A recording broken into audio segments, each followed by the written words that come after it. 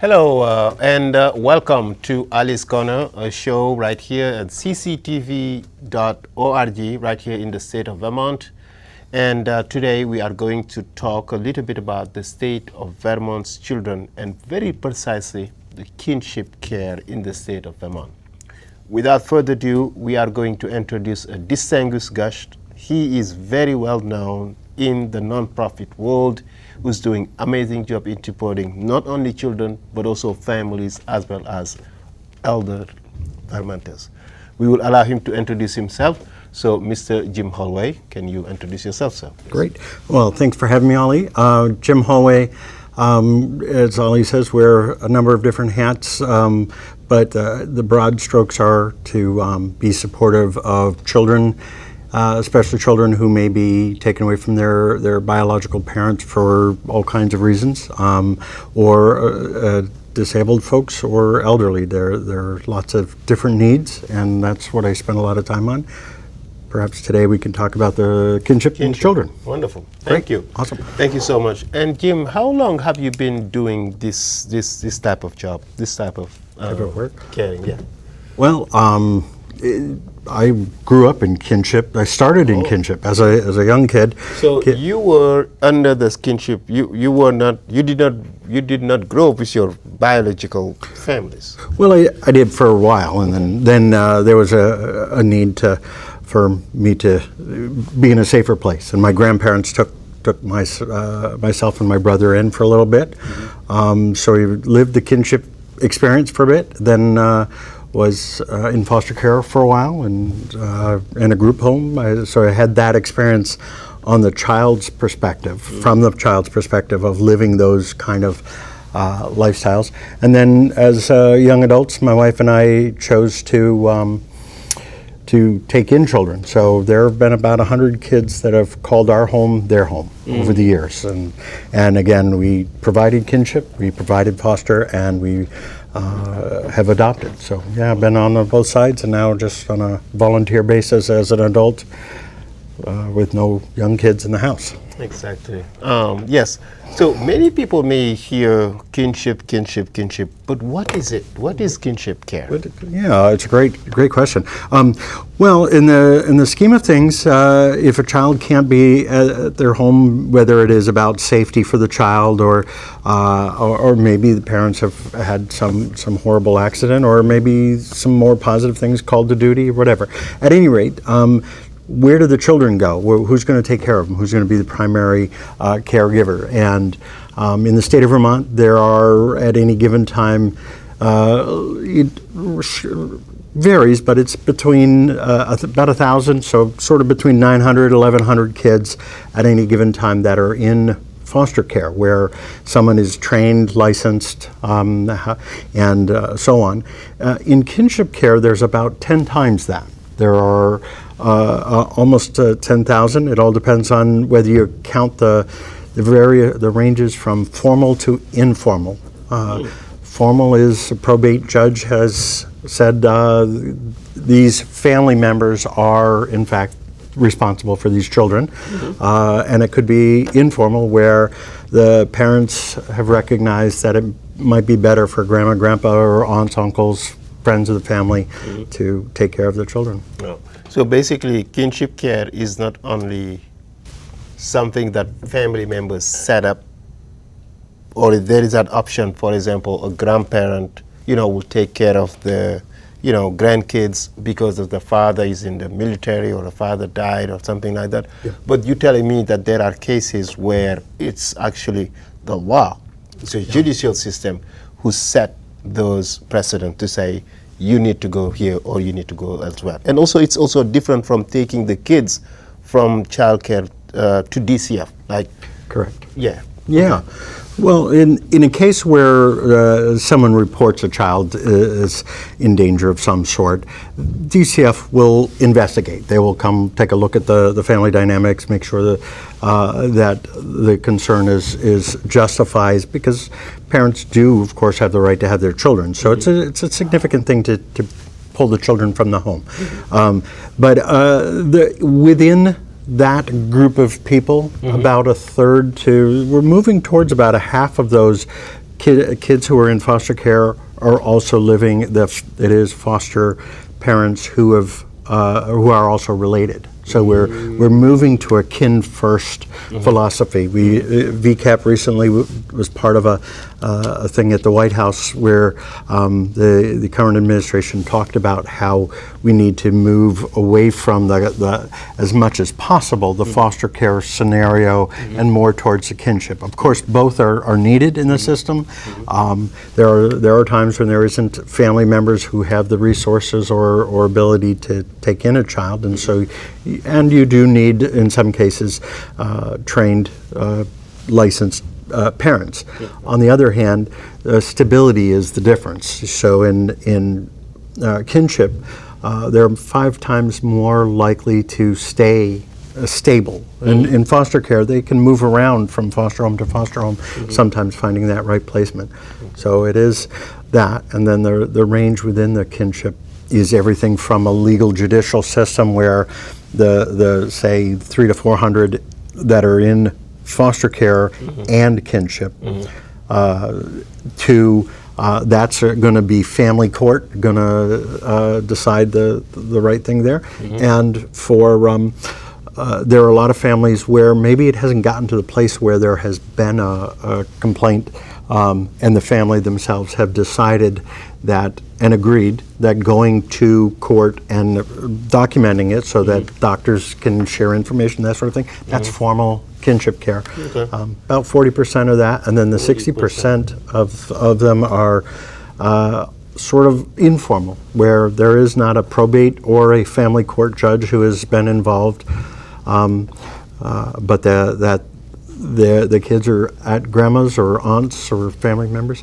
The challenge there is they don't have resources, additional resources. There's no state support of that and a lot of other programs. So in kinship, there's very little support relative to the foster. And you can sometimes have trouble where privacy, like a doctor will say, I know the kid's living with you, but I don't see it legally. I can't do something without the parents' permission. So there's a wide range of challenges that we help families. So that's what VCAP does, is help families take in the kid during the crisis scenario. At first, these families members will say, yeah, we'll take our grandchild, of course. And then they realize they're on a fixed income and can't afford and didn't anticipate the changes in their lifestyle. Okay, amazing, amazing. I mean, thank you so much for sharing this perspective, and it's just great to hear that at least 60% are informal, and that's where, for example, VCAP comes in and try to support the families, and also even the 40% with the judicial system. So now, can you tell us a little bit about what is VCAP and what do you guys do, how things work, and is it a state entity or is independent? Can you tell us a little bit? Sure. VCAP stands for Vermont Kin as Parents. It is a non-governmental government entity. We do have government funds to support us, and we have donations and contributions and various people in the community who will help. And the way it looks is, let's say the path that a family might come from is that at first they're looking for support. They don't know how the legal system works. So we ask them questions. You can see some of our website here. And what will happen is they'll call up and they'll have a million questions that they can give us in about 2 minutes fast, because it gets complicated for them very quickly. And so we help calm them down and help them recognize that there are other people going through the same experience. And so pretty much everybody at VCAP has lived experience. That's part of our bylaws, is that we've walked that journey, and so we know where they are, where they're coming from. Yeah, amazing. And I ran into one day, a very professional, very well done documentary about kinship in the state of Vermont, right? And I've seen prominent educators such as the former superintendent of the Burlington School District, I forgot her name on top of my head. Jeannie Collins. Jeannie Collins, you know, who also had that experience just like you when you were a kid, taking care of all the kids. And what led you to just bring that beautiful documentary to raise awareness, and where people can find it? Sure. One of the things is that many families don't have a need, but they don't know that there's a term called kinship care, and let alone that there's organization to help them out. So awareness is one of the primary goals that we have over the next couple of years, is to really share what it is like. There are challenges to be had by the care providers. There's also many joys that people wouldn't think of. Grandparents who have a very different experience with their grandchildren than they did their children, or aunts or uncles. So a couple of years ago, along with another organization, Community of Vermont Elders, we jointly decided to make this film. It's a documentary. The production company is done other things that are on like Netflix and that sort of thing. So we put the money into it to make it a really nice quality, and they did a good job. That said, the idea is that whether you're aging in Vermont and you have suddenly found yourself with children in your home that you didn't expect, or you're young ones. So we're looking at it from both sides. And Community of Vermont Elders advocating for elders, and this sort of thing was in that. And so we jointly did it. And so yes, you see the story from a judge's point of view, talks about that, from some of the professionals in the field and the family services, and I think 3 or 4 different families and different types of experiences. Yeah, thanks. Wow, amazing. And where people can find it? Is it on YouTube or the website? Where is it housed? Sure. It is on YouTube.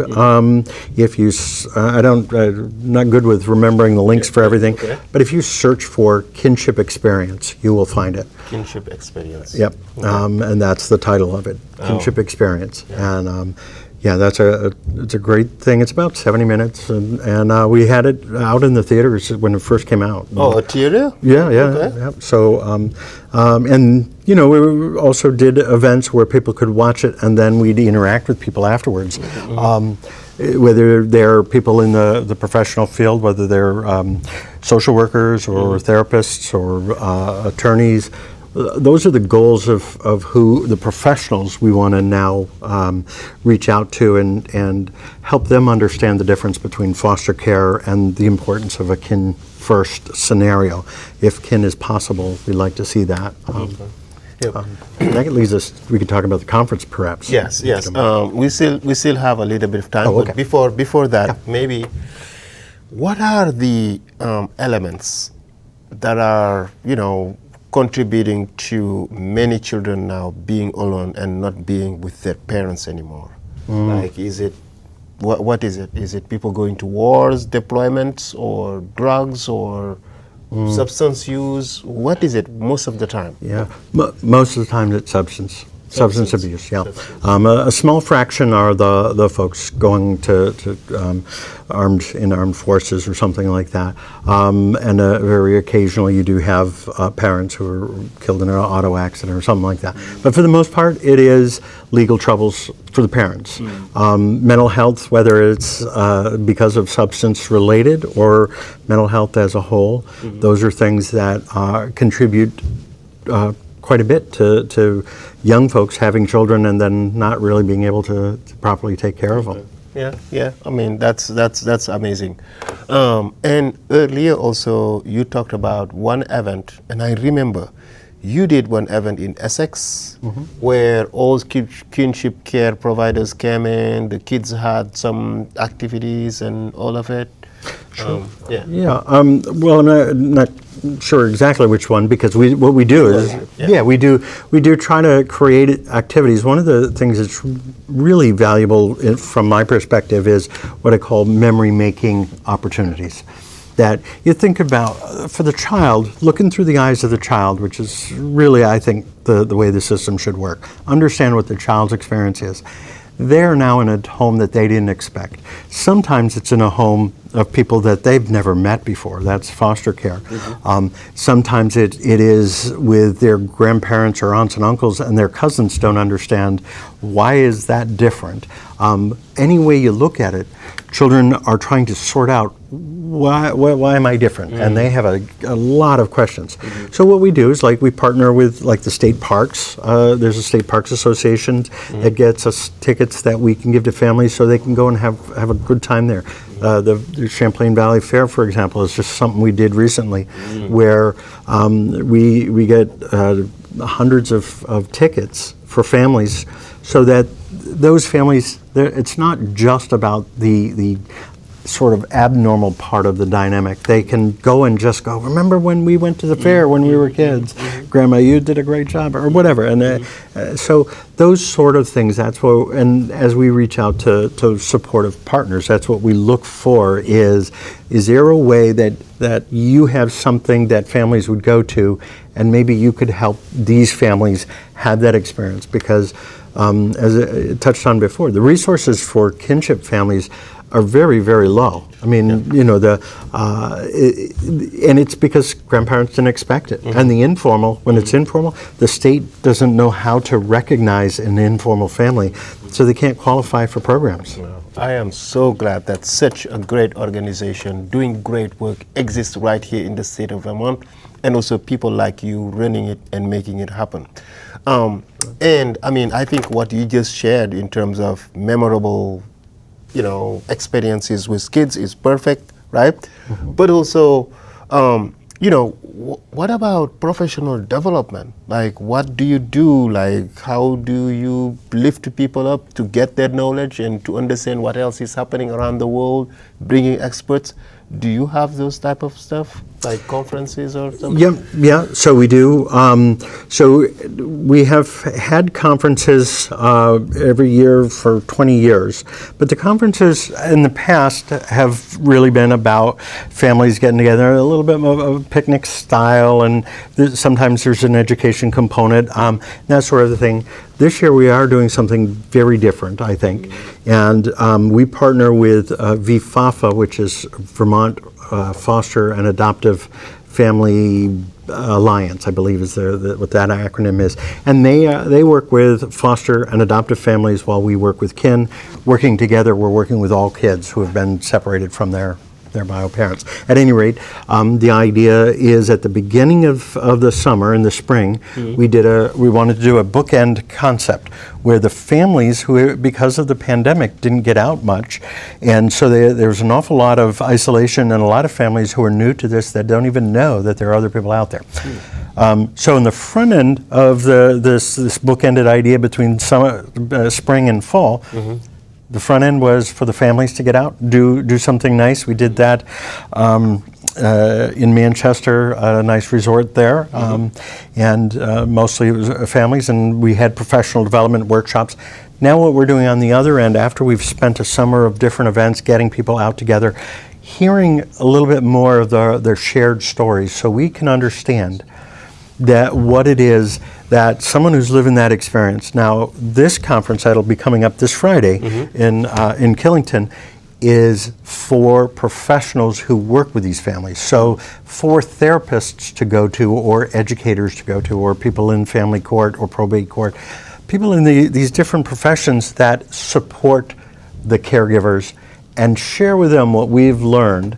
And we have specialities, like one of the things that a lot of families struggle with is, the act of taking a child from their bio parents, while we think of it as this is in their best interest, it is the equivalent for them as wartime PTSD. And so this trauma, and every kid who is separated from their parents, we should understand, depending on their ability for resiliency, they've experienced in their minds the same kind of upset and trauma as wartime PTSD. So every one of them has special education needs, for example. They might show up in behavior. They may just be delayed in school because they were more focused on getting food or shelter or safety than doing homework. And so they're behind. So education. So in the education system, there's IEPs, individual education plans, 504, and other things that are meant to help these children. Yep. Yeah, but grandparents don't have any clue to that for the most part. So we bring somebody in who is a specialist at that. Or when a situation comes where a kid has to come away from their parents, maybe the family that could take them in, that is still a kin, might be from another state. Very good. And so we do interstate compact between Yes. different states and the different rules and stuff like that. So there's specialists to teach that. Wow, thank you, thank Yeah. you. And I think that's going to be a great event, conference. When is it again, September 20th? It is September 20th, so just the end of this week. It's Friday. We still have room for signups. On the webpage, if you go to vcap.org, right at the top there's a banner that you can click that'll get you through to the sign up and to see what is there. It starts off early in the morning. We have Scott Noyes is an excellent speaker. He is. Oh, the Scott Noyes, one who provided a lot of workshop. He's a keynote. Yeah, he's our keynote for that. We have Tracy Casanova for the Interstate Compact. We have Brenda Siegel. Brenda Siegel, former And home, candidate? yep, she was a candidate for governor, lieutenant governor, and she does a lot of work around homelessness and substance abuse. And she will talk about some important parts about considering the true family dynamics. And so we have a few other workshops, and then at the tail end we're going to have a panel of people who have lived experience and be able to just talk, and at the end of the day to share with professionals and answer questions, or roundtable discussions is another part at the same time. So And if one organization working on behalf of children and families wanted to come and table to display, are they able to sign up and still do that on Friday? Yeah, absolutely. We have opportunities for other programs. Part of doing this is with the partners, whether it is DCF Family Services or Economic Services or Lund or Howard Center, or all of these programs that people know about. They don't know so much about the kinship side of it, and we want to partner with them. And so tabling opportunities, absolutely. Go to the website, and there's one of the things you can sign up for is tabling. Absolutely, absolutely. Oh, this is going to be a beautiful conference, and I'm pretty sure my organization, Building Bright Futures, will consider coming and tabling as well. Yeah. And as you know, viewers, this conference is going to be epic, and go to their website, Vermont Kinship, and then you will find all the details there, and also for you to register on the spot and make it and be there. As you also know, it takes a village to raise children.